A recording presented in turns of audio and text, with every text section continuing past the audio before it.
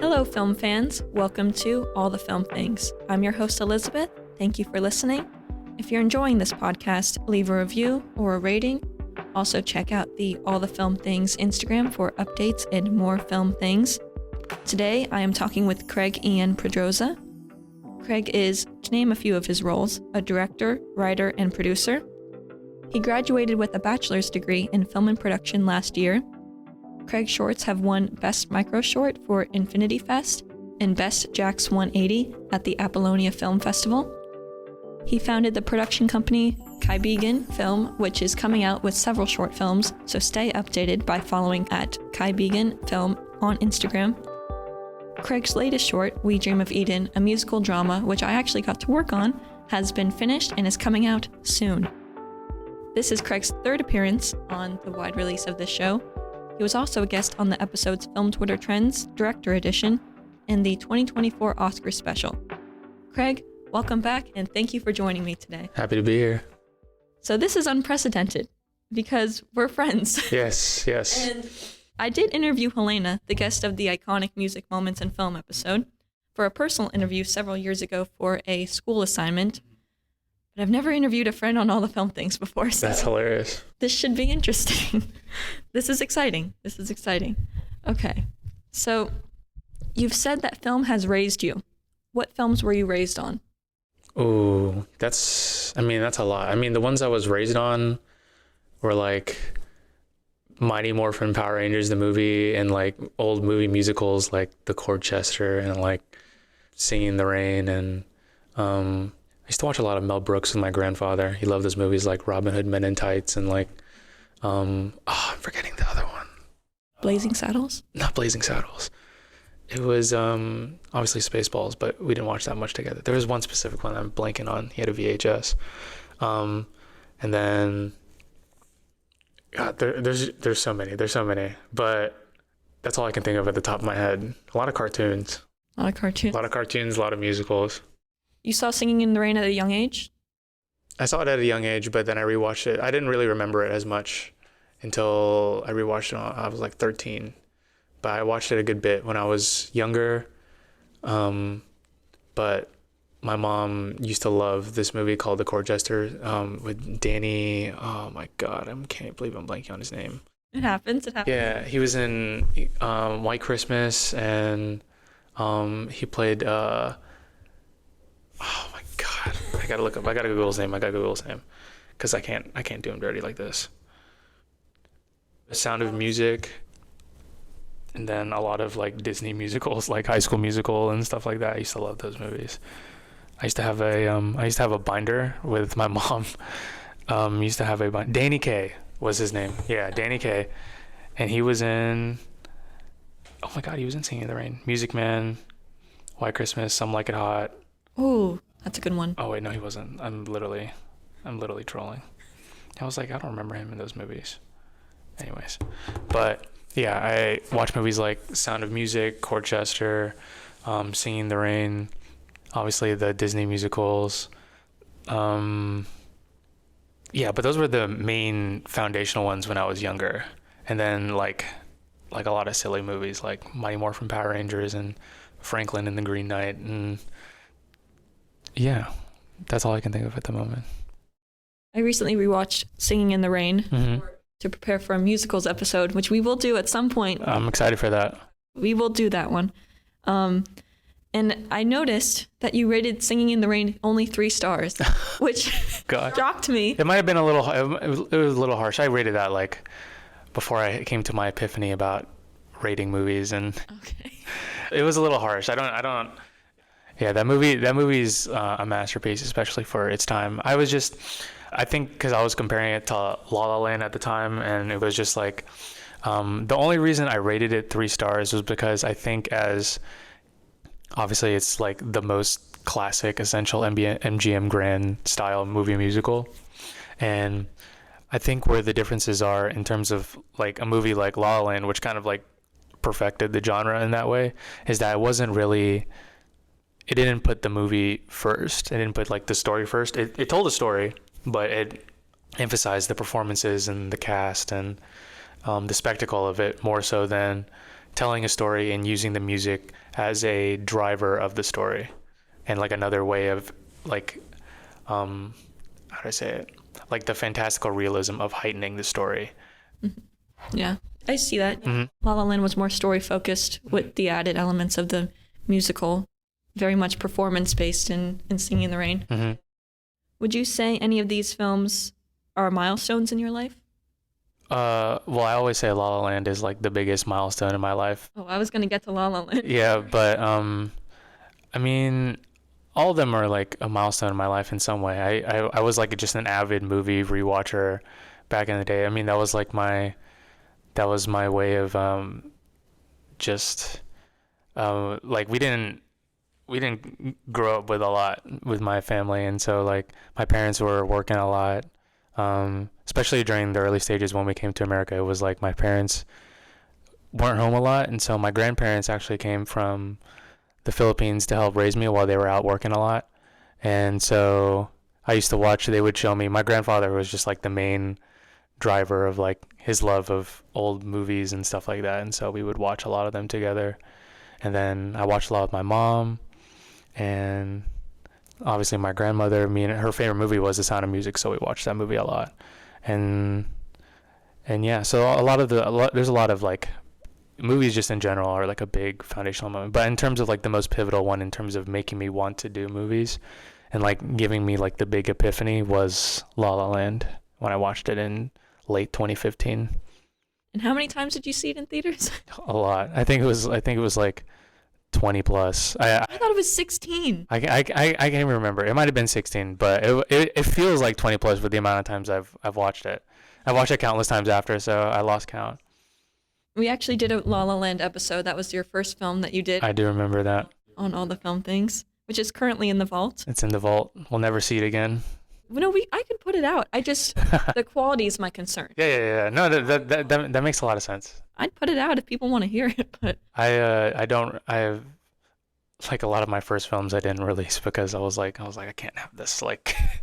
Well, some of your films, I have a whole section on this, but I really enjoyed watching the short films that I hadn't seen of yours before that you've posted. Oh, thank you. They were really good, and I'm gonna be asking you about those. But what were your initial thoughts on La La Land as the credits began to roll the first time you saw it? I mean, when the credits rolled the first time, I think it was just that moment of like, it was just like this deep innate feeling that I feel like I had like reached like, I think I knew what I wanted to do with my life. And that was the moment I fully realized the magic of movies for me, because I mean, like I've watched a lot of movies. I grew up watching a lot of movies because like my spare time was literally just, I get home from school and I just watch whatever movies we have lying around. We went to the library a lot and we just got a ton of movies. And it was just that moment of perfect, like I love movie musicals, but I also love like great story-driven movies.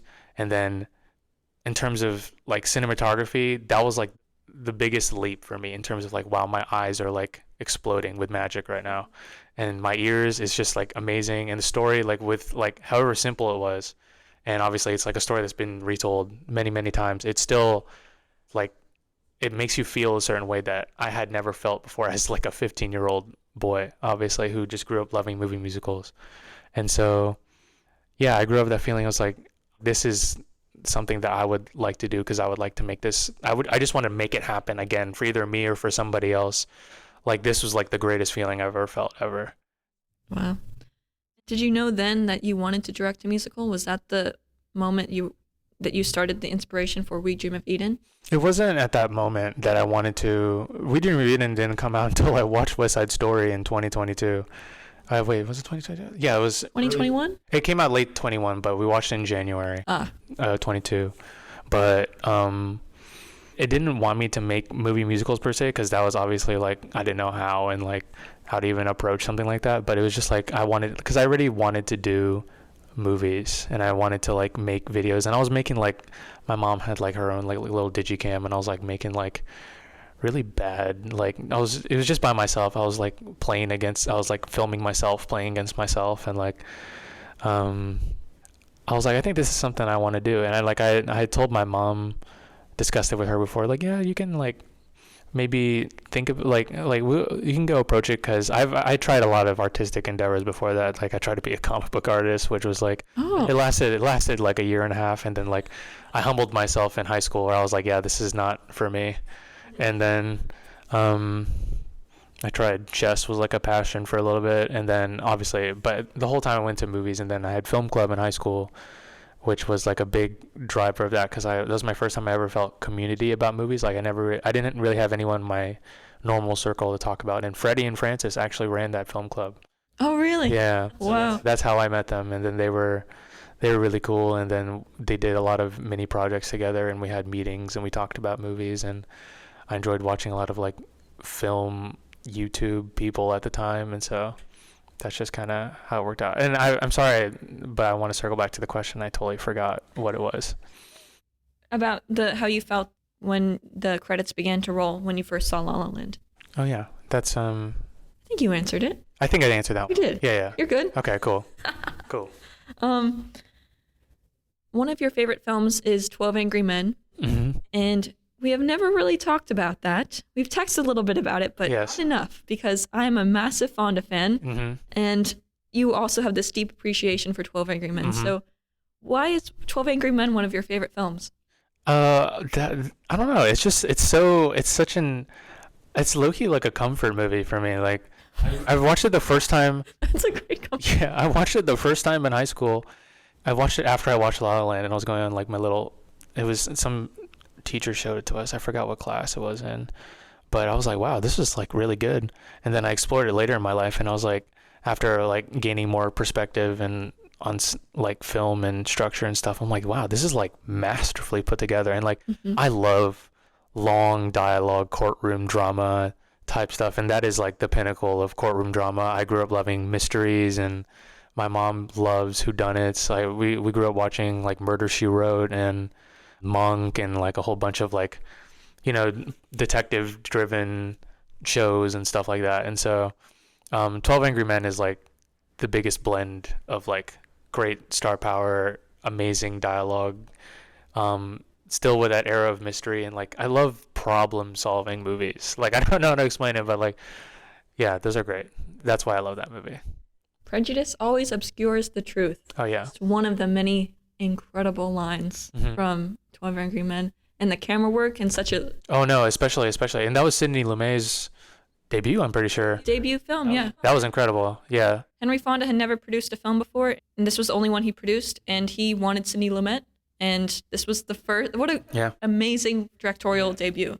That's legendary. It had to be such like a groundbreaking masterclass in terms of like single room like stories. And then I remember I used to go back to that movie a lot, just because obviously when I was first trying to like pursue and make movies, it was like, what can I do practically? And I was like, okay, maybe I started to try to write a lot of one room stuff, like one location dialogue things, because like those were a lot easier to make and produce and get practice in. And so I refer to that movie a lot, because it's obviously like probably the best that there is in that category. And sorry if I'm wrong, and if anyone disagrees about that. There should be no haters for 12 Angry Men. It's like it's a masterpiece, and it's consistently regarded as one of the greatest films ever made. The camera work, the cast, the acting, the performances, and you can guess what's going to happen in the film early on, but that doesn't make you enjoy the film less at all. Yeah. And to think that wasn't as big of a hit as it was when it came out blows my mind. Yeah. It hardly got the recognition it has now. It gained recognition in the 70s, I believe, from showing it on TV. Whoa. It's one of those like The Shining, like in Fight Club. It wasn't appreciated as much at the time. Yeah. So strange. Which directors would you say have been your biggest teachers? Biggest teachers. Giselle one is definitely one. I would say Wong Kar-wai one. Teachers. There's so many out there. I think even like the more like there's so many that like I take inspiration from, and like you can learn so much. I'll just throw one out, like the Daniels who did Everything Everywhere All at Once, and they did Swiss Army Man. I think their perspective and the way that they go about directing, and the air they try to bring around to their sets and the way they conduct their sets is like also something I'm now trying to emulate in terms of like positivity, and doesn't have to suck to work. Like you can have a good time and like everyone can feel comfortable and safe, and then that's what they feel like brings out their best work. I think Spielberg was also like, obviously everyone takes inspiration from Spielberg. He's Spielberg. Mm-hmm. And so, yeah, those are a few. Chloe Zhao, in terms of the way she like her stuff is almost documentary like, and the intimacy you get with her films is pretty incredible. Jordan Peele, Gerwig, but those are like the great auteurs of the modern day. So it's not, Yeah. Yeah. I've always been so impressed by your technical knowledge of film. For example, equipment terms and models. I wish I could grasp the technical knowledge like you can. But tell me how you acquired this knowledge. I assume most of it was self-taught. It was mostly self-taught. I mean, because there's not many resources where we live in like Jacksonville, Florida, and this is something I really wanted to do, and I was like, I have to curb my learning curve, and like I have to take the time to actually like actively seek this knowledge because it's not going to be there for someone to teach me. So I just went and watched like a lot of YouTube videos. I backwards searched a lot of credits. I watched a lot of documentaries. There's this one specific like YouTube channel I'm forgetting, but they post a lot of just like DVD, Blu-ray, behind the scenes stuff. I used to like binge that whole channel stuff, and I listened to a lot of podcasts, a lot of interviews. I watched almost all the Hollywood Roundtable stuff, and so I was just trying to get my knowledge where I could. And then the more you watch it, and then obviously it's in practice, and then the more videos you watch and the more stuff that you hear and listen about, the more stuff like connects with you, and like, oh, this associates with that, and then this person does this thing, this is their importance in this role. And obviously it doesn't fully come together for you until like you work on a movie, but a lot of my initial knowledge came from just, it's all out there for free online now, so I might as well take advantage of it. Yeah. So it took you a little while until you made a film to grasp the concepts a little bit. Yeah, for sure. I mean, you obviously see some things, you're like, oh, I can do that.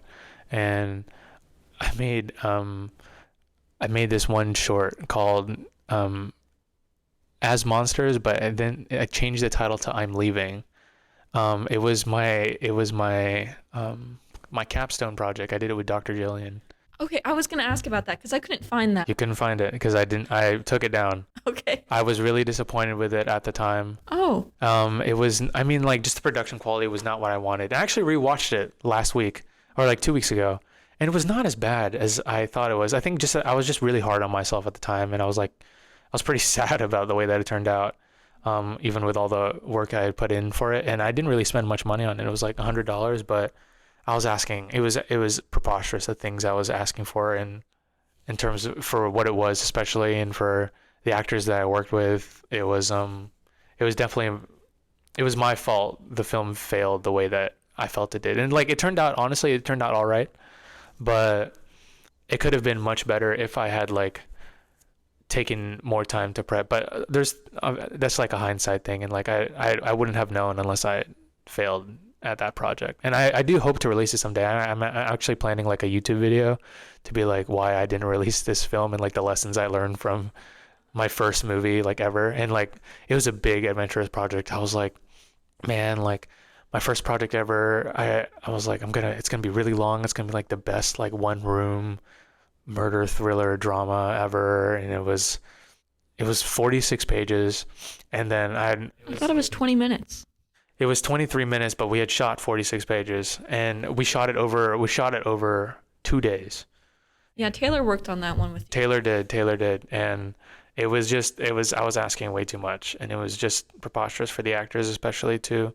We had done rehearsals for a month before that, but they're like, I'm like, why don't they want to work on this as much as me? And I was just being like preposterous, like pretentious a little bit, and like, this is my project, why don't they care as much as me? And like, I did not take into account, like, they have their own lives, they're doing their own thing, and 46 pages is a lot for 2 days. I mean, like, with even the amount we rehearsed it, we were going through the lines, and like, because I had just seen scenes from a marriage with the Oscar Isaac, yeah, Jessica Chastain, and they just went they shot it like a blade. They just went straight in and like filmed multiple takes of that. And I wanted to like approach it that way. It's like, oh, we can do this in like 2 days. It's only 46 pages. It won't take us like 10 hours. But it did, and it took us longer than that. Mm-hmm. But I was asking way too much from them for the level that I was at, the level the production was at, and I was not ready for the problems we were going to encounter. And yeah, I learned a lot from that movie, and that's why you don't see it out right now. But I do hope to show that sometime. I remember when you came in to show Dr. Jillian that film, and you walked away because, you know, you did not want to be there with her watching. Yeah. And I saw a few stills, and of course you also are a colorist, so it was color graded incredible. And I remember her saying she liked it. Mm-hmm. But that's interesting because you seem to have some similar issues with your first film that I did. Yeah. That you saw firsthand. Yeah. We just crumble. But you didn't let that discourage you. Mm-hmm. How did you not let that discourage you? I mean, I just knew, I knew where the problems were. I knew where I messed up, and I learned a lot from that. And I didn't know what I wanted my next project to be. I just like, okay, I'm trying to figure out my next step. And then I took another class it was a communications class. It was called like narrative short film class or something like that. It was, I don't even know if they run that class anymore, but it was like the first time they ever ran that class. And we didn't go through any script development. They're like, hey, make a 1-2 minute short. And I was like, all right. And I saved up a lot of money. I bought a camera. It was like a solid camera. I did a lot of research on. It was a Blackmagic Pocket 4K. It was really expensive for me at the time. I was in college, guys. And like, I was like, all right, I'm going to do this project. And like, I started with a 5-minute project, and that was a little too much. And that one I wasn't super happy with. But that one actually turned out to be the one where the car is driving away. That one green video. I don't know if you, on my YouTube, I'm forgetting. Oh, that I thought, referring to my notes. I'm actually forgetting the title for that. I have it here. I remember the last time I saw you. Yes. I loved that shot. Thank you. That was like, I'm watching, it's like one long take for a while, and I'm like, oh wow, the coloring too. It was so good. It wasn't meant to be like an abstract experimental video. It was like a 5-minute thing I did with my girlfriend. Mm-hmm. Yeah, shout out to Lina. We're going to be talking about her later. Shout out to Lina. And that was her first time acting. And then that was my first time acting. And then we did that. And I was like, this product did not turn out as well as I thought. But I learned something from that. And it was only 5 minutes. And then I did the 2-minute thing. And I was like, wow, I think I'm getting the hang of it. Just in terms of like what it takes to like the preparation that was needed. Because I put in a lot of prep for that 2-minute film. And I was like, now I'm starting to understand.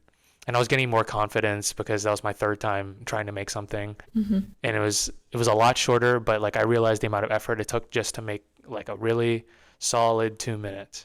And it had its audio issues because I didn't know how to do audio at the time. But in terms of like prepping and like making sure I had all my bases covered before I even attempted to do this 2 minutes in the allotted time that I had planned to, it was a big learning curve. And then people in the class were like, yo, this was like really good.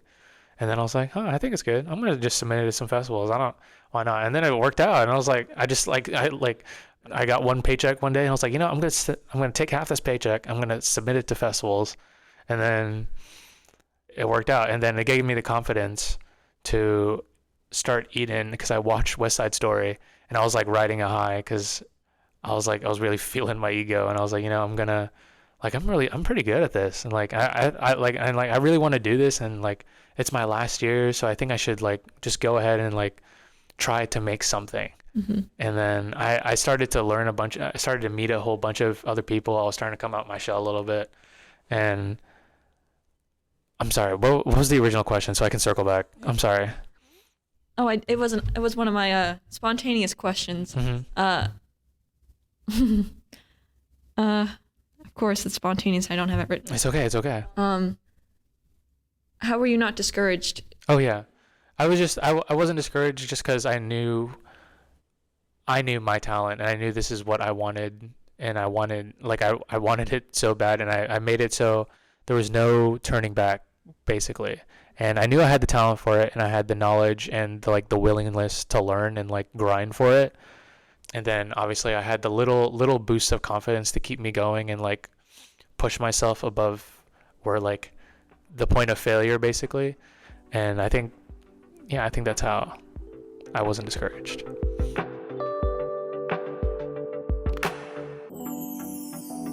We've been talking about your shorts, and you've made many that vary in duration. Mm-hmm.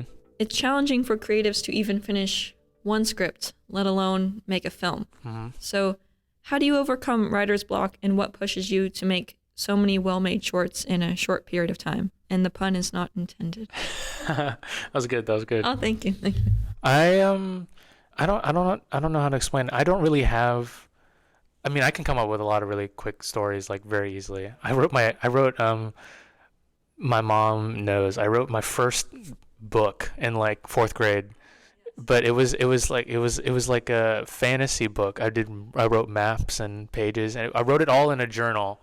It was like the line journal. And I started the first page with I made my fake map, and it was about twin dragons or something, and then 3 protagonists, multiple chapters. The chapters were like 2 pages long and like really big writing, and the handwriting wasn't great because I was in 4th grade, but Of course.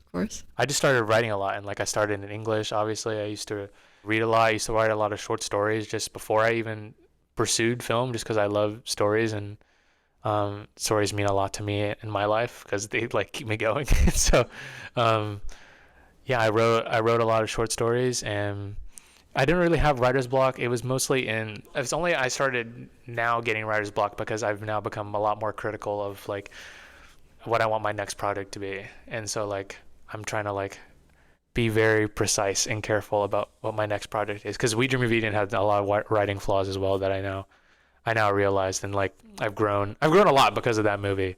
But I don't really have writer's block, especially for the 5-minute shorts. Those I come up the whole thing in my head easy. Wow. From story blocking to shot selection. It's just my dad used to actually get mad at me about this, but I had this rubber ball, and I would just walk around my house bouncing it off the wall, and I would just make up stories in my head to Wow. It used to be fun. It used to be a bunch of different stuff. I used to do it to shows. I was a big fan of Ben 10. I don't know if you've seen Ben 10 on Cartoon Network. You talked about it with Cole last time. Yeah, I was a big fan of that show. But I used to just as a kid, I would just and I did it. It's died down a little bit, but I used to do it so much where I would just imagine stories. I would just walk around and just start bouncing the ball off the wall and come up with dialogue and oh, they're doing this, and imagine this scene, it plays out this way, and there's a fight scene here, a lot of really cool stuff. And so a lot of the things I had done was kind of built off this skill of just imagining stories, just off whatever. I don't know how it happens. It just kind of oh, here's this experience, and then I just pull from whatever, and then it just comes together. Wow. Okay. That just shows how creative you are just naturally. Wow. Would you always write these down? Would you always keep them, or would you just keep them in your head? I mean, a lot of times I'd keep them in my head, especially when I was younger, but I started writing them down, obviously, a lot more recently. Mm-hmm. And I was oh, this is a good idea. And I don't, anyone who's read my earlier writing is it's very, I used to write it like a movie, even it cuts here, goes to here, this person says this thing at this time, and then this person's acting in the background. I have the whole thing, I have to see the whole thing before I can put it down. Mm-hmm. But sorry, what was the question again? How do you overcome writer's block, and what pushes you to make so many well-made shorts in a short period of time? And of course, pun not intended. Yes. But it was I don't really run into the writer's block thing. It's just the stories just come together, I guess. But that just comes from a lifetime of watching movies and reading stories, and just being a kid with no money, just dreaming of better places. So you used it as escapism at a young age? Yeah, I think so. I did. I think, yeah, that explains a lot. I mean, I'd watch an absurd amount of TV and movies, and I used to read just a lot of stories and write a lot to this day. And so, yeah, I'm not a very grammatical correct person, but I just write stuff. I just write stuff down. And so, yeah. I read that you like writing in cafes. I knew Lina loves a cafe, but I didn't know you did too. Several prominent writers I know have written their best work in cafes. So what about a cafe makes for an inspiring writing environment? I mean, I think that's an interesting question. That's a good question, Elizabeth. Thank you. The thing I like about cafes, and obviously it's like certain cafes, like depending on like what you're comfortable with, and there's like amount of like, there's this perfect level of like whatever's perfect to you in terms of like loudness and ambiance and like basically being forced into like leaving your house so you have nothing else to do except for do this. And so you're sitting here and you're like, okay, I really have nothing else to do for this. I'm doing this. And you're just surrounded by a lot of things moving around, and that might be distracting for some people. I know some people just like to work on their, like in the quiet, on their lonesome. But I like to work with a lot of just like things happening. And so like my brain's running. And so like I can just take a quick walk around and then come back to it. But the main reason I like working in cafes and just out of my house in general is because like I don't want to get distracted. And when I leave, I'm basically like internally committing myself to doing this. And so, yeah. Do you have a favorite cafe that you want to give a shout out to? Oh, well, my favorite cafe, and I think my favorite coffee in Jacksonville is Chamblin's Uptown. I used to love going there a lot. And I think I just like, I love the vibe of their store. I love the location. I used to want to live next to there.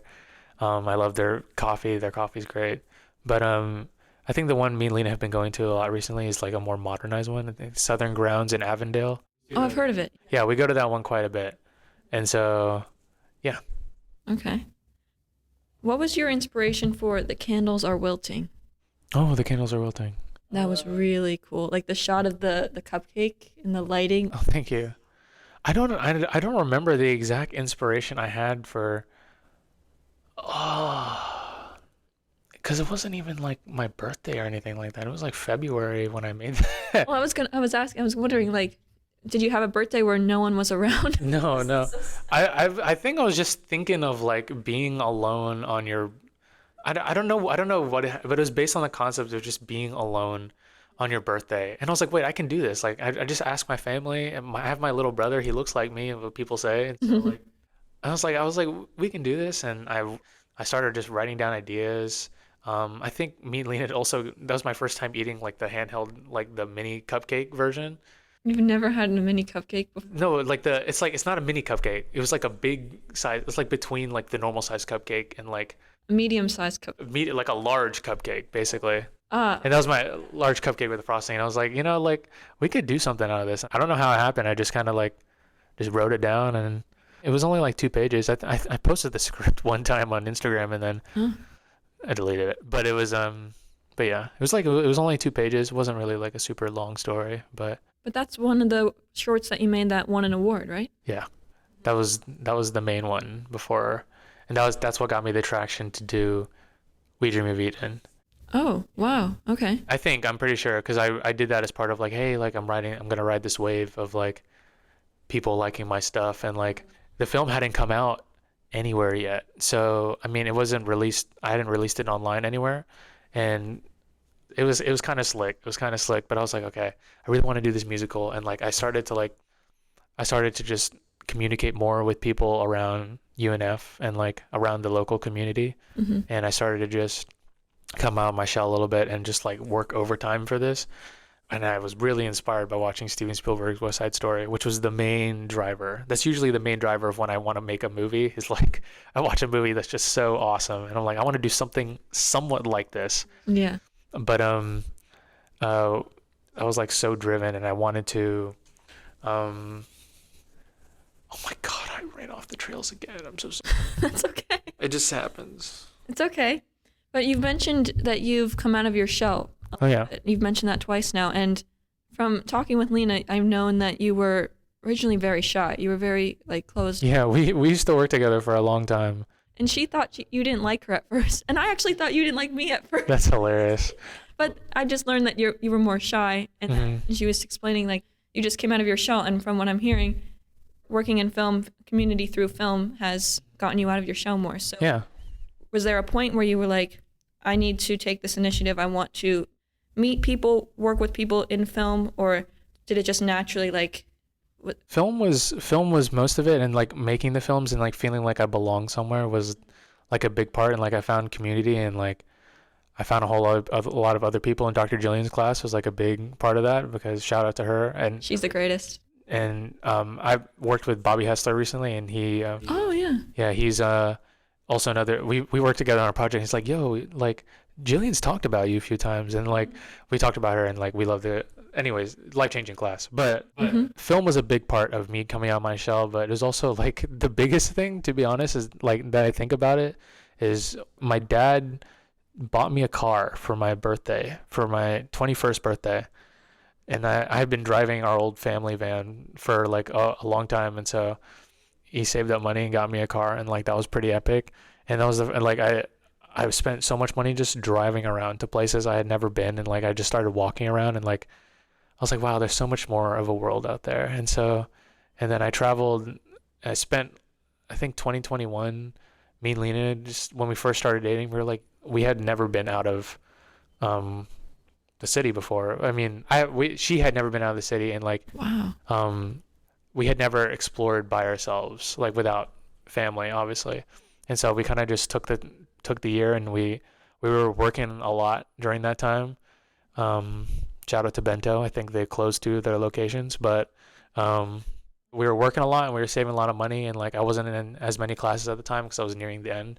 So we were just traveling to like any places nearby. We started like close, and then we started going a little bit further, and like just for like a day we would just start driving and exploring, and like I think it started to open up just being around more life and experiencing more things. Like we just made it an effort for ourselves to like be out there a little bit more. And obviously like I attribute a lot of that to her, because she made me like really confident in a lot of things that I don't think, like, I wasn't sure about with myself. And so like being with her gave me the confidence to do that. oh. And so she knows this.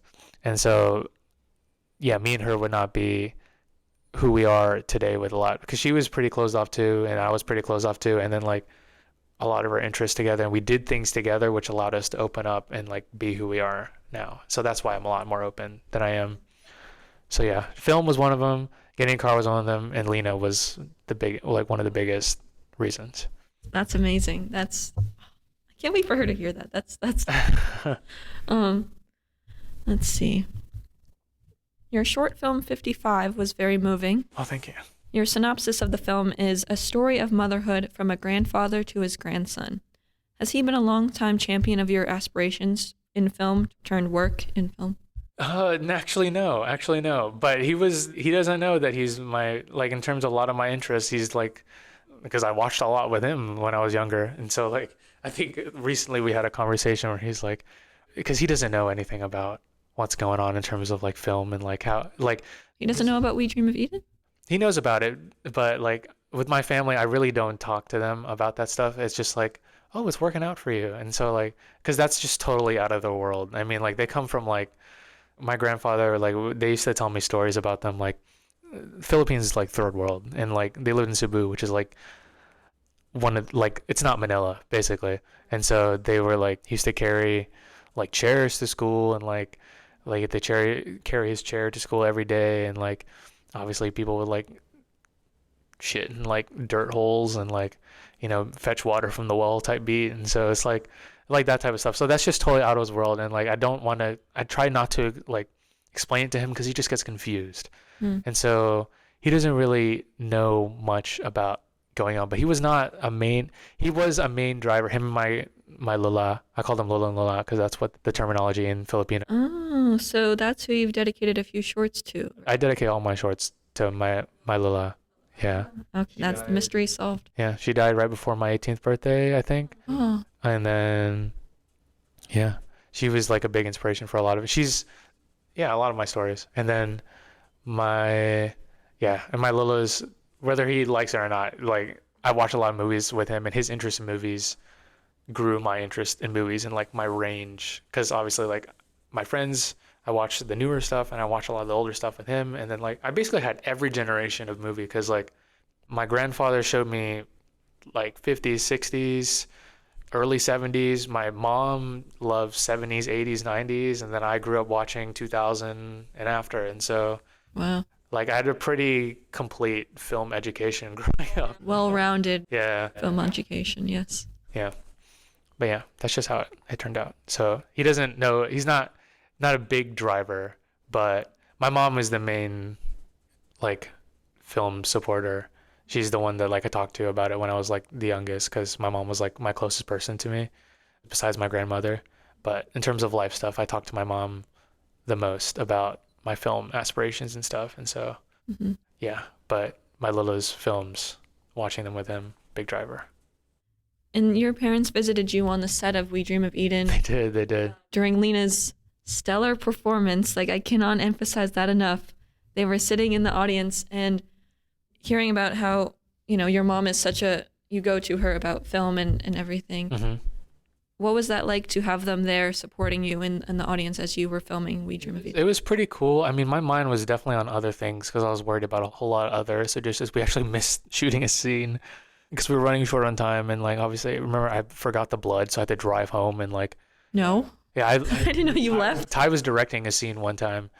And then, yeah, it was crazy. I was panicking. That it was a crazy week. I just know, well, I know there was something that happened. Like, you were really stressed the night before that I wasn't there. I was stressed every day. It was... Well, yeah, but I remember there was something specifically, like, something really bad happened the night before, and someone was telling me about it, and I was like, oh.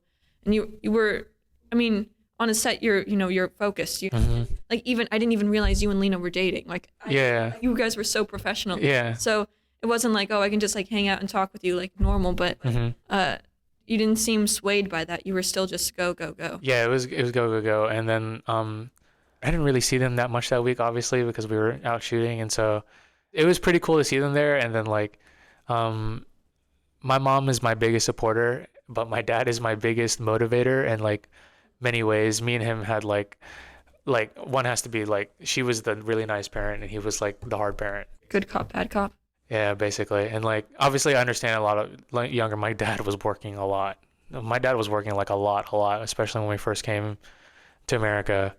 And so, like, I didn't understand, like, what he wouldn't come home until, like, 3, 4 in the morning sometimes. It was just, he was working, like, 3 jobs. And so, like, he would come home, like, really stressed. And, like, he was never, like, a terrible dad, but, like, obviously, like, his no sleep will just do that to you sometimes. And, like, he was my biggest motivator in terms of, like, not pursuing my artistic endeavors. He was mainly, like, the one that drove me to do sports, but, like, he's the one that drove in, like, competitiveness and, like, wanting to be really good at something and, like, always making sure I'm trying to do better at something every day. And my mom was, like, the one that was like, try something new, you know, and, like, you can do this if you really want. She was, like, the artistic one. She used to take a lot of photos and draw a lot, and, like, she used to read to me a lot. And so, yeah, that's how it worked out for them. So I had, like, it was pretty complete, them working together. So I wasn't really, back to the question, I wasn't really, like, fazed by them being there. It was just kind of like, it was cool that they were there. But yeah, I wasn't really thinking about it a lot. Okay. Let's see. What was I going to ask? You've talked about your upbringing as you were just talking about, and I passed by it a little too fast earlier, but I didn't realize you were born in the Philippines. Yeah, I left when I was young, though. Yeah, how old were you? I think it was 1 or 2. Oh, okay. Yeah. As soon as I was born, my dad and my mom made the decision that they wanted to move out. They were the first of their families to move out of the Philippines. And my dad left a year earlier. So, like, as soon as I was born, my parents had their honeymoon, I'm pretty sure. And then, like, a little bit later, my dad left to America to, like, try to get us somewhere to stay, basically, and try to get us off our feet. And, like, so then we followed a year later, me and my mom, and we lived in an apartment in Merrill Road. No way. Yeah. Wow. Gosh, and you've since gone back. You visited the Philippines? We visited, I think, I can't remember if I was 16 or 17, but I only visited once. It was for, like, a month. I was 17, I think. Post La La Land. Post La La Land. We visited for, like, a month, and it was a really humbling experience just to see, like, where they came from, and just being around, like, my family over there. As, like, I don't speak Visaya or Tagalog, and I feel really bad, and I'm trying to learn everyone, but my parents made it an effort to make sure that I was not like alienized from like my class in school. They wanted me to be like American, basically. Like, yeah, so like they wanted me to grow up and like not feel like I'm out of place. So that's why they didn't teach me anything growing up. Yeah. Wow. Okay. Let's see. I love your birthday videos where you review your past year as you turn 23 and Oh, thank you. I started doing that last year. yeah, and that's such a I wish you were kept doing it more. I would have loved to seen like the trajectory of like 17 like post La La Land Yeah. now and see and watch all those. But I think you've said that you're planning on continuing to make Oh, yeah. I only started doing that because I saw Will Derbyshire on YouTube.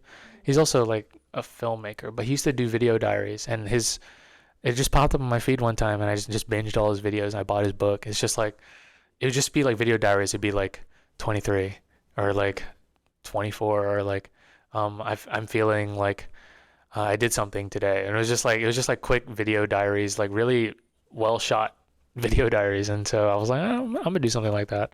They're really good. I can't wait for 25. Thank you. Thank you. When you said in your 23 video that you were 1 week away from finishing We Dream of Eden, what do you think when you look back on this? It was not 1 week. It was not 1 week. Simply said, yeah. It was not 1 week. You finished it last week, as for context. As for context, it is 2024, May 2024. And because I did finish I cut together everything like it was written in the script in 23. And like I did like an initial color grade, but it felt like it was missing something. And I was like, I was not 1 week away I was 1 week away at the time, from my knowledge at the time that I was 1 week away. And I put it together and I watched it. And I was like, man, this thing is missing something, or like something is not making sense. And like I had to get myself out of the headspace of the movie because I didn't want to show it to anybody, but I also wanted to be objective. And like I wanted to make sure like my intent was coming through. And also we didn't have the music at the time. I had to finalize the cut before we could get the music for it. And the music was the last thing we did. We had like initial like cuts that we did, like initial tracks and stuff, but they were like low quality. We just did it as placeholders. But it was hard to see the whole movie when I was 23. And the initial cut was just like, it had so many holes. It was 40 minutes long, I think. That's what I originally thought it was going to be, and then I saw 26 minutes now, right? 27 minutes. 27, okay. But the themes got lost in it a little bit, and there's a lot of dead, like, stuff that didn't need to be there.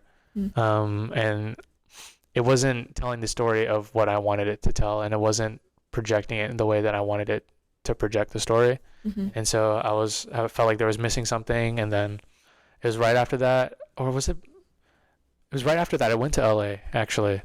Yes. It was like a few months later, and then I had a big like learning curve there, just meeting a bunch of people, and like I just walked around for a really long time and like got to be around a lot of filmmakers there, and it was just like, okay, I think I understand. And like I got enough time away from the movie. I came back to the movie at like probably a month after that, and then I looked at it again and I was like, I put all the note cards up. I'm like, okay, this is what I'm trying to tell.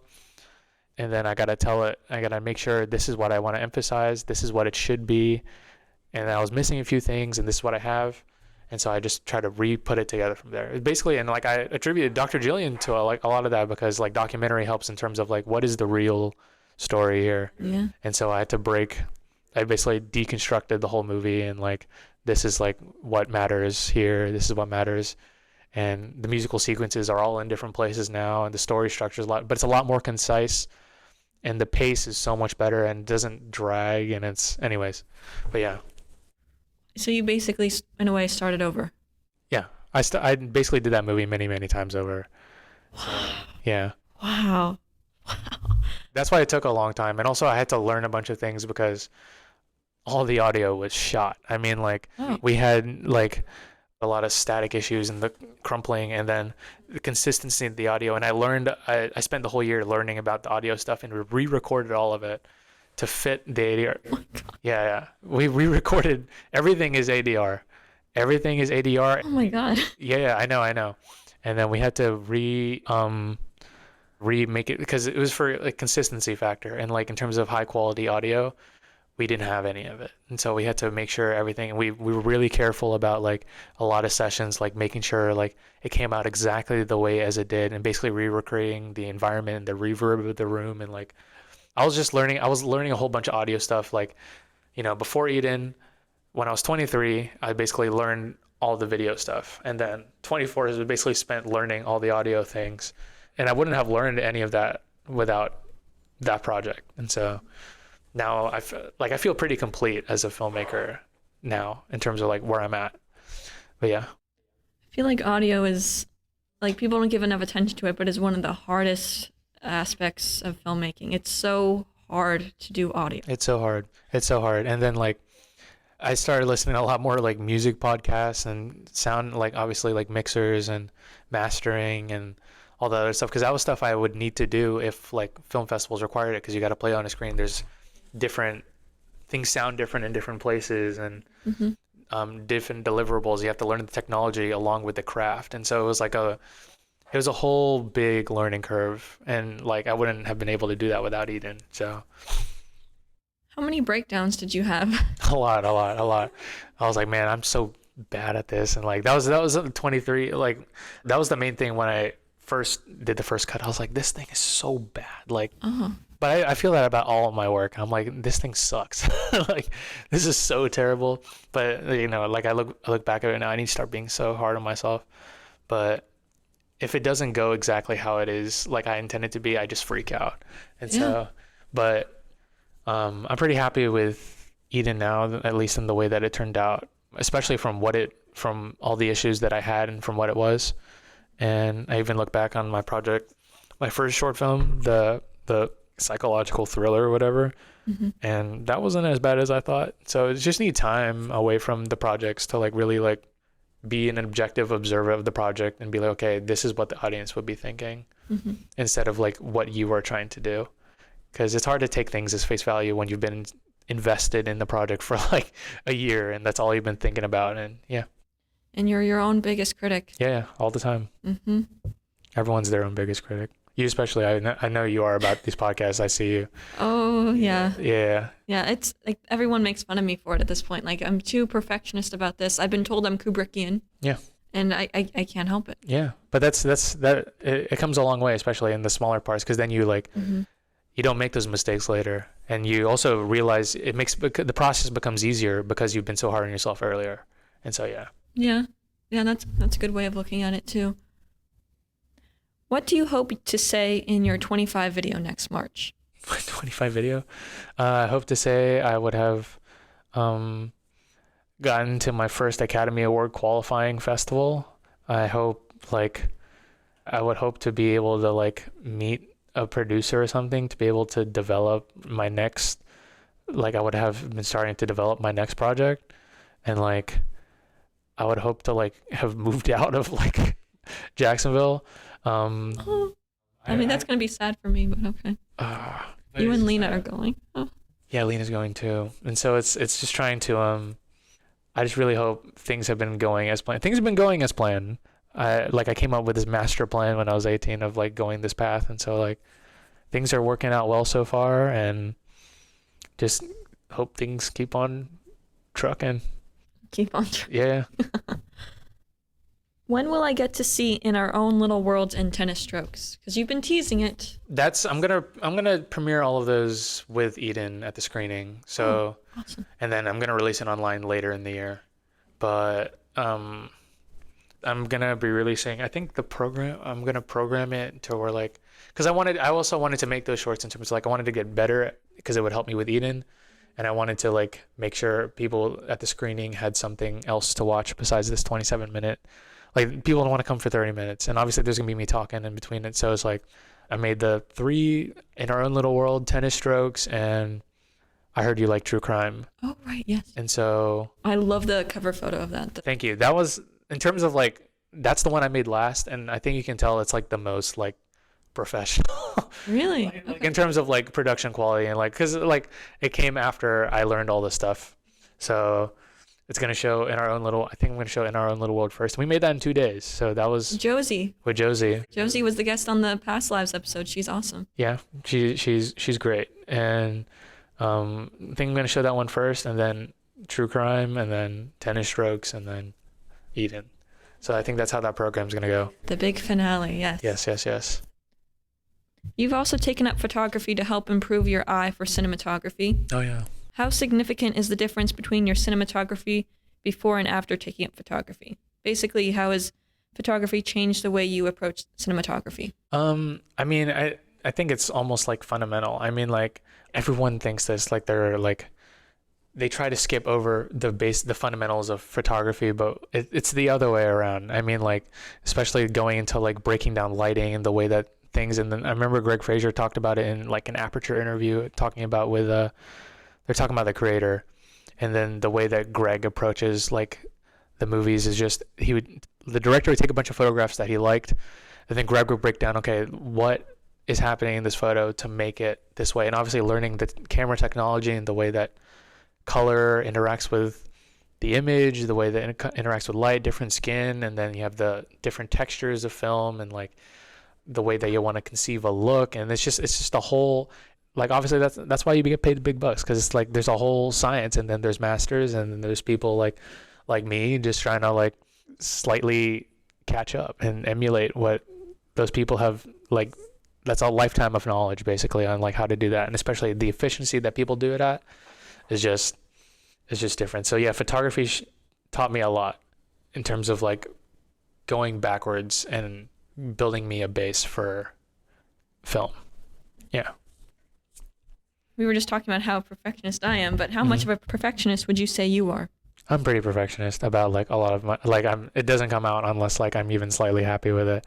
Like I've taken down basically everything I've never liked, and like it's funny because I'm never a perfectionist when like, cause sometimes I'm like, oh man, I'm just gonna do it, and like, but then when I start doing it, it's when I start like getting into post, and like that's when I start getting really perfectionist. Especially with the technology we have now, you can basically do anything. I mean, like you can cover a lot of the budget gap with just modern technology, like, and a lot of like basically, because we shot this film like $6,000, and La La Land was like $400,000, and then it ended up making like 45 million or something like that.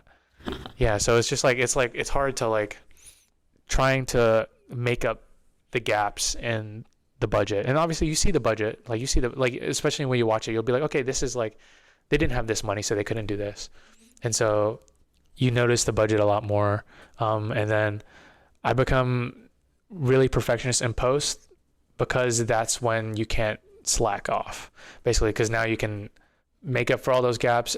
But in pre-production, we were working with a low budget, and you have to be forgiving of a lot of things, limited conditions, and you have to make, I watched in your previous podcast, it's just about making decisions, very like making decisions, being decisive, and making sure you're on to the next thing in a reasonable amount of time, because you're not working on your time, you're working on a lot of other people's time, working on a lot of other people's money, and just decisions have to be made to where you have to be able to live and let go, and you can come back to it later. It may not be the perfect decision, but it is the best decision at the time. And so when I get into it with post, it's like that's the time with like, okay, you have time, now you have to fix the mistakes, because now you're not restrained by time and like all these conditions. You're just here in your computer, and now you have time to fix the mistakes. And so yeah, that's actually a good point, the decisiveness. And I mean, that's the biggest lesson I learned from my short film. But how do you battle indecisiveness? How do you make decisions fast? I mean, the thing is all in like the prep, I guess. And so it's like pre-production is the most important. And I'm pretty sure almost every filmmaker will tell you the movie is made in pre-production. The reason Christopher Nolan and Steven Spielberg can just walk on a set and just like some people sometimes don't even have it storyboarded. Like Steven just walks the set sometimes. He just walks the set and just like, okay, we'll do some shots here, do some shots here. And then Nolan is like known for not having storyboarded, except for Memento, I think was the only time, because that was obviously such an insanely complicated movie. but all the stuff is made in pre-production. Like once you see the whole thing before, that's when you get the liberty to like, okay, I know what we're going for now. I know all the factors. I have everything in mind now. Now I can take the liberties wherever I need to. And now you can deal with like whatever problems may arise, because now you see the whole picture. And now you're like, okay, this will contribute to the overall thing that we're going for, the overall goal. And we're able to take liberties now because now we know everything. We know how it ends and we know how it starts. And so, yeah, pre-production is the most important part. And I've helped with a lot of other student films too. And that's just the main, like they try to do all the work in production, but the most of the it's just like this thing could have been solved before we even stepped on and before we brought people on. You know what I mean? So, yeah. Yeah, pre-production is, I mean, it's hard to say which is most important, which phase of production, but a really well thought out pre-production is crucial for making a film. Especially in the bigger budget movies with VFX and stuff, like you just have to, everyone has to be on the same page or else like, you know, things won't turn out. Mm-hmm. Your LinkedIn bio includes the sentence, his films are made to be almost genre undefined, and each film is crafted with the belief that limits are meant for breaking. How do you make genre undefined films? I don't know about genre, and I wrote that because I realized all of my films, like I don't know what to categorize it, because like I guess in terms of like Eden was easy because I wanted to make it a musical, so it's a musical drama. Mm-hmm. But like in terms of like all the other and like all the stuff that I want to do in the future, it's kind of like, okay, it's a drama a little bit, and like, but that's not what I wanted to emphasize, and like it should. I don't know how to explain it. It's basically like I'm a big fan of, especially in like I believe this is where the best modern filmmaking is, and like my taste in terms of like films that throw, like you can get away with basically anything in film as long as it contributes to the feeling that you get at the end of it. And it doesn't matter what genre it is. It can be a drama, comedy, it could be a horror film. It could be all three of those things. It doesn't even have to tell anything, you know? And like, as long as it just contributes to the overall feeling. And I think that's what I mean by genre undefined, in terms of like, I don't want my films to be genre films. Like I don't want to make just horror films. And like, even with Eden, I didn't want to make a typical musical with like just musical sequences, and like the story should come first, and you can get away with multiple ways of craft, different mediums, different everything. And that's what I want to do. I just want to be like, I want all my films to be like, you know, it shouldn't make sense, but it makes sense, you know? Mm-hmm. And like, I attribute a lot of that to like Frank Ocean. The way that he crafts his songs, especially on Blonde, it's just like sometimes like musically or like lyrically, it shouldn't make sense in terms of like the way that the song switches up. It changes genre just mid song. It's just him talking over some random sound or whatever, and then it's just, but like, and even when I was younger, it's just like I would watch some films and I'd listen to some music, and then you're just left after like, you know, I didn't understand it, but it made me feel like I came out of it with something. Mm-hmm. And so like that's what I want my films to be like. Mm-hmm. It should have a lot of layers, and it should be dissectable, and it should give you something to take home at the end of the day. And yeah, genre undefined in the way that like it can be anything it wants to be. Yeah. Kind of reminded me of Everything Everywhere All at Once, with the blend of genres. And even Christopher Nolan's work, he doesn't make just a biopic. Mm-hmm. He makes Oppenheimer, which is his twist on a biopic. Yeah. And the spy thriller and heist with Inception and Tenet. So, Challengers. You haven't seen Challengers? I had a feeling you'd bring up Challengers. Okay, I haven't seen it yet. I'm wearing a shirt. I'm wearing the shirt right now. The Challengers I Told You shirt. Okay, that's from Challengers, but I don't know what it means until I watch the film. Yeah. Okay. Freddie and Francis were like, "Yeah, this is like amazing." Yeah, they doubted me too. Really? I mean, like they told me, like everyone was like, "Yo," like they're like, "Yo, this seems like, are you sure?" And I'm like I don't say that about a lot of movies, guys. Like I really like it, but you can watch it. And then I was really happy when they liked it a lot. So you said top 20 favorite films, and you gave it 5 stars. Yeah, I didn't give any movies last year 5 stars, and that's why I was like, I I was like, guys, this movie's like, I think is really, really good, but it's obviously my personal opinion. But yeah. Well, when I first saw the trailer, I was just like, the trailer does not do any justice really? whatsoever. I mean, Okay. they try to bait you in with like obviously just like Zendaya, and like it's a tennis movie about this relationship. Mm-hmm. But this movie, it's the greatest genre blend between like erotic thriller, action movie, non-action action movie.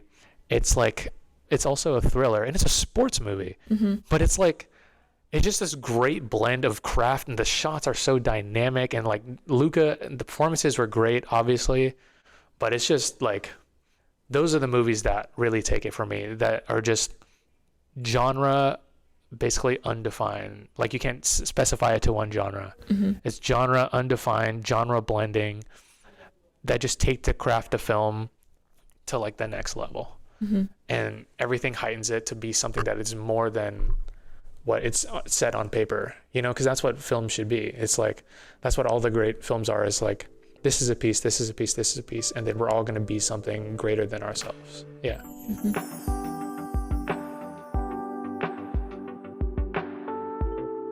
We Dream of Eden, your latest short film, and has been in the making for some time now, as we've discussed. What is We Dream of Eden about? I think the log line is We Dream of Eden is a modern musical drama following the story of rising star July and her boyfriend Rowan, as told through the broken memories and dreams of Noah Carter. And so the movie is about it's also like a feeling movie. So the main thing is I want people to come away with a certain feeling and certain themes, more so than you come away with like story and character, because it's 23 minutes. Mm-hmm. So, and it's a musical, and basically the more important thing is that it's a movie about dreams and the reality of dreams sometimes, and the way that people affect our lives that we might not even, people we don't even know affect our lives in so many significant ways. Mm-hmm. And it's about perspective and feeling, obviously, but I just want people to come away with I just want people to have something to take home. Mm-hmm. And obviously I have my own perspectives and like what I feel people should take away from it. But in the end of the day, it's what's interpreted to you. And the movie is almost kind of like abstract in that way, in terms of like structure. Like there's a person telling the story, but I wanted to take what I knew about movie musicals, and I wanted to like, because I think movie musicals are like the almost most freeing and creative form of film that there is. And you can almost get away with everything. It's the perfect mesh of visual, audio, like almost textural, and the way that it comes out. And I want people to, oh my God, I lost my train of thought. It's okay. It happened to me several times. Yeah. Because I'm trying to circle back to what I was thinking earlier, but like things just keep popping in my head. But I wanted this movie to be a movie musical in every single way. Mm-hmm. So in its form and the way that it tells its story, the whole movie is like a person's dream, is a person's song. It's like, it's told in the way of like a song, and like I want it to feel like music, the movie, in terms of the way it's structured. And yeah, I guess. That's a really smart tactic to have the audience come away with a feeling, because that's what, sometimes you may not remember the story, but you remember how that film made you feel, and that's what stays, that's what sticks. Yeah. Musicals have declined in popularity in recent years, but there seems to be a promising slow rise in the genre again. That makes me happy. Yeah, because of films like La La Land and the new West Side Story. Mm-hmm. Why do you think that is, and what made you want to make a musical? Because it's a pretty bold move. Thank you. That's what a lot of people have been telling me. It is. You have to do a whole bunch of like choreography, the music, as you said, it's the blend of, for a film, the most creative form. Yeah. What made me want to do a movie musical? What made you want to do a movie musical, and why do you think there's been a decline in the genre? I mean, in terms of movie musicals, I don't think really people really approached movies as musicals as movies. It was basically stage reproductions, or just like almost like basically like you're watching a Broadway show. And sometimes that's not what people are looking for. Like, people don't come to see dance numbers and random breaks in the story. They come to watch a story heightened by the music. Mm-hmm. And so in the early 2000s, that wasn't really like a thing. And like mostly like even movies like Moulin Rouge, and like that one. a lot of people do like Moulin Rouge, Chicago. And then there's obviously there's the Disney, like Teen Beach, High School Musical. Oh gosh. Yeah, Camp Rock. Oh, of course, Camp Rock. But, yeah. There's when La La Land came out, it kind of like changed the game in terms of like, I remember watching a lot of the reviews back in the day. It was just like, people would be like, wow, I don't like musicals, but I really like this movie. And then that's what people should come away with. It's a really good movie, and people don't understand, like even people who like musicals didn't understand why they liked it, because they don't like musicals. And it was a really kind of like a generic like star, like people relationship, wanting to be a star, go separate ways. Sorry for people who haven't seen La La Land. I just spoiled it. It's okay. You can spoil things. It's fine. But it combined the craft of many, many years of MGM Grand movie musicals, and it took that craft and it took that way of storytelling, and it just implemented it into this story and blended it perfectly to the point where it was a story heightened by musical sequences, great numbers. But the main thing was it pushed the story forward, and it didn't detract you from the story, and it didn't separate you from the moment or the feeling. Everything contributed to one goal. And I think that changed the game. And Steven Spielberg also talked about that in his 2021 West Side Story, when he was talking behind the scenes, where he was like, someone asked him a question where it was like, do you think your West Side Story musical is better than the old movie? I forgot what year it came out. 1961, I think, around that. But he was saying like, I don't think it's better, but I think in terms of a movie, it's more of a movie in terms of like the musical sequences were made to enhance the story, whereas the old movie was just kind of like a reproduction of the stage play. It was just static camera, and scene plays out like on a stage lighting, all that stuff. But Steven like moves, like the way that he moves the camera, and the camera is its own character, and along with the music moving you with the story, it's its own 3-dimensional, like 8-dimensional like experience. And so that's what I think the great renaissance has been for movie musicals. Yeah, even like Wonka with Timothée Chalamet, it does that a little bit better. But it's a little like, it's family fun. But even the new Mean Girls musical, that I think took that concept of like creative liberties and like pushing the story forward. Yeah. Tell me about the original music and choreography of the film. So choreography was done by my good friend, Robert Rimmer. Really awesome, accomplished dancer who can basically do any genre, but he mostly likes to do hip hop, I'm pretty sure, and contemporary. Don't get on me for that, Rob. But we practiced that. That was the thing we did last, because that required its own shooting days, because we couldn't. I'm gonna start from the beginning. I'm gonna start from the beginning and then work towards the end of the choreography. So in the beginning, we started with. I had the songs. I'm not a musical person myself. I've listened to a lot of music, but in terms of like writing my own music and writing, that's not something I should be doing because I'm not as good as it.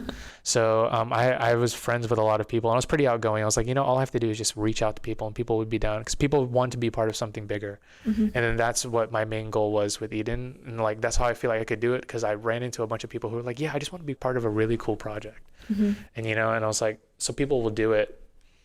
Anyways, so I wrote the script with musical numbers in it, because that's how Damien did it. It was just like, it was a script, and then it would be like, okay, flashes into this sequence, and I had the title for the script, and then it'd be like, this is what the sequence should like generally make you feel or talk about, but it's very blanket. And then I went and looked and found my 2 composers. Nija Cox, she's amazing. She's great. I wanted to get 2 different composers because I wanted the film to be like this big blend of culture, art, and life that my experience was growing up in like a modern day America, because that's like, it's just a big blend of people and music all contributing to this one thing. Mm-hmm. And so I got Nija, who took care of like the more modern jazzy parts of the music. And then I got Christian Cherubini. Actually, I met him at Bento, but he was like a really, yeah, it worked out. He's a really dope composer. He went to Gustavo Dudamel's camp, and he's the one who orchestrated the music for West Side Story 2021. Oh my God. Yeah. Whoa. He did his camp in LA, and he's also a really awesome composer. He's more classical and a little bit like Hispanic influences. And so I had them do the music together, and I had signed them to different musical numbers because I know they'll thread their own stuff together, because that's what you do as an artist. You want it to be consistent. Mm-hmm. But I was just like, okay, this would be appropriate here. This is where I feel like your talent would be really good here. And they'd be like, don't you want us collaborating on it together? And I was like, no, just do it separately. Mm-hmm. It'll all work out in the end. Trust me. And then that was just what a lot of it was. Just like, trust me, like work at your own pace. And so we had them compose the music. We had the little blanket templates, and then we shot those, obviously Lina singing. We rehearsed it for about a month before, because we didn't have a lot of time, because I wanted to shoot it when everyone was available. Mm-hmm. And so we shot those, and then a little bit later we needed to practice the dance sequences. And so I got Robert to do that. He was busy at the time, so he wouldn't be able to rehearse. And also it was asking a lot to be able to do all that at once without no money. Mm-hmm. So when we had the time, we worked on the rehearsals for about 2 months, I think. And the dance sequence changed a lot because we weren't able to get enough dancers to do the initial idea for the sequence. But the way that it turned out, I think, was better. Oh, good. It was just them 2 doing the dance sequence at the end. People had to drop out for schedule issues. And so it was like, well, we did the rehearsals, we shot those sequences, and then we basically redid the music in terms of like putting the whole score, full orchestration in the background. And then that's how that turned out. Okay. And you were mentioning how you personally relate to the film. How do you relate to the film? Were you inspired by real life events in your personal life? I don't know if I was inspired by real life events. The film is like an amalgamation of like, just like perspectives and meeting people in your life that have affected you in a way that you never really know. And like the way that people break apart their memories and their hopes and dreams. And like, it's kind of sad in the way that like, it's almost like you can't really trace it. It's just kind of all over the place. And then that's where I want the film to be, but it all lends itself to one like memory. Like, this is what happened. I relate these people to the way this made me feel.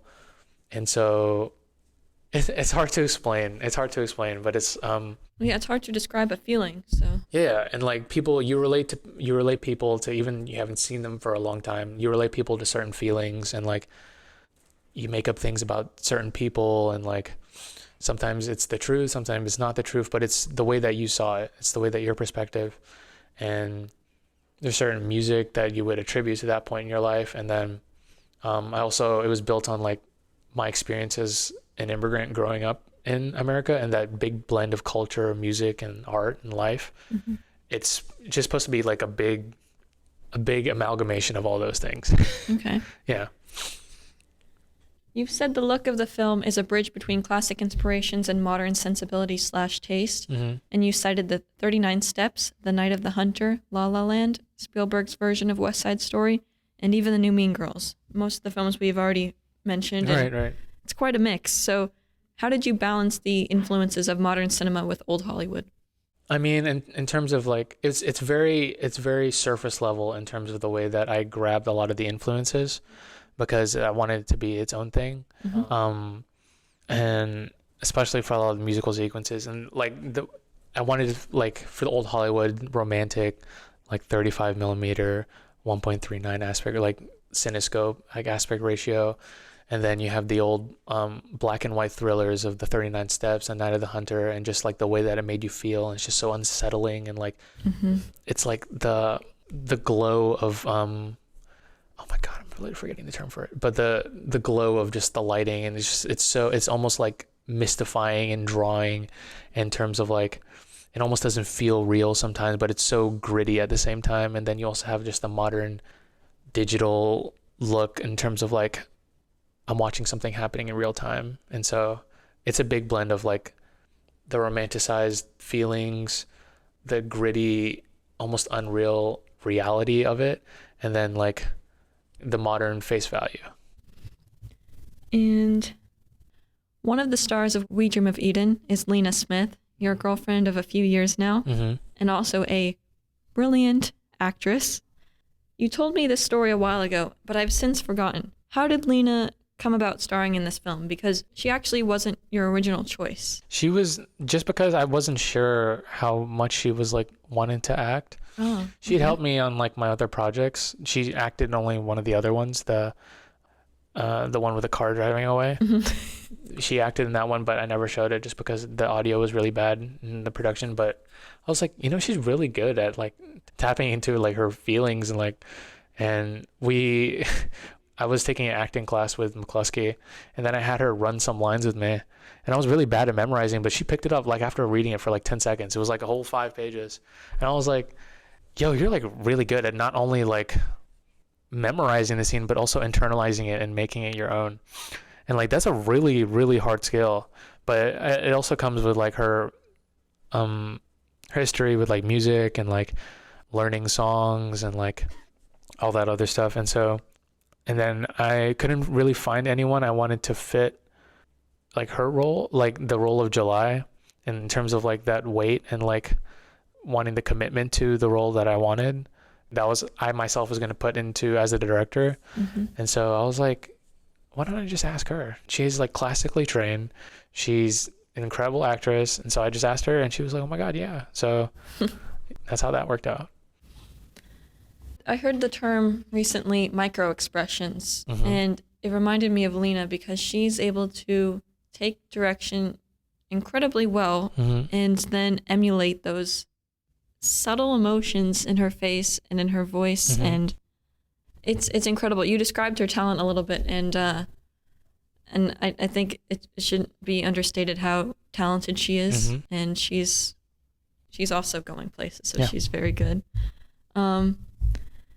So you plan on releasing the film through film festivals, which people will stay tuned for. And what would you say to aspiring filmmakers who, like myself actually, who sometimes feel discouraged about the enormous undertaking that is making a film, from acquiring equipment, assembling a crew, etc., for low-budget filmmaking, and especially in an area that isn't one of the 3 major filmmaking cities in the U.S. So how do you make things happen and inspire others to go with you on your filmmaking journey?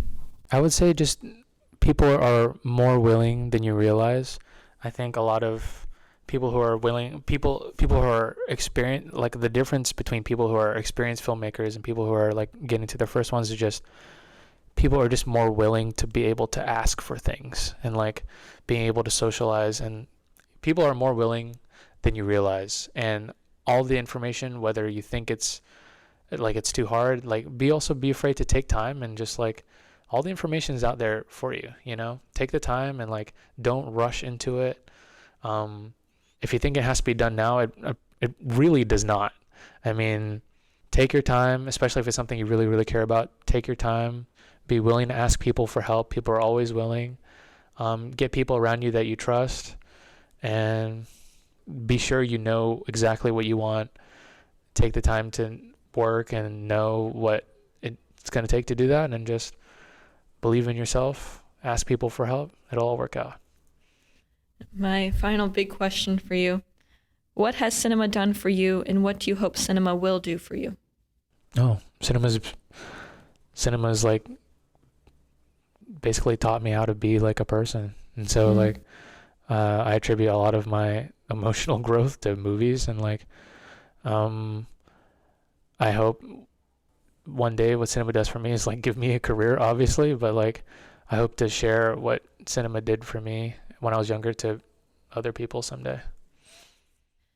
Thank you so much for joining me today, Craig. I am so happy and thrilled that this epic short film is about to come out. People are going to see it and will recognize how incredibly talented you are. Thank you. And start keeping your name in mind, since you as well are going places. Thank you.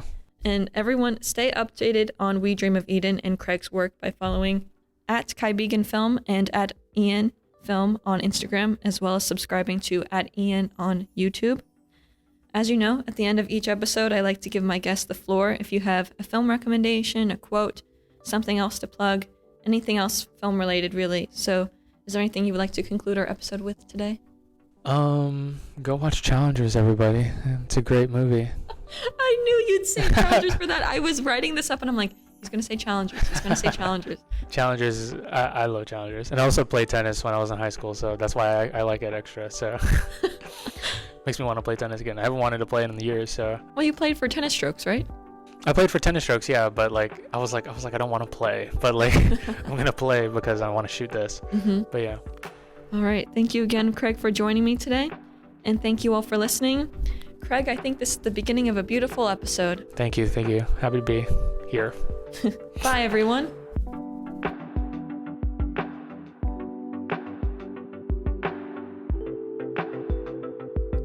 Special thanks to Craig Ienne Pedroza, Dr. Jillian Smith, Lina Smith, and Caitlin Fitzpatrick. This episode was recorded on May 10th, 2024.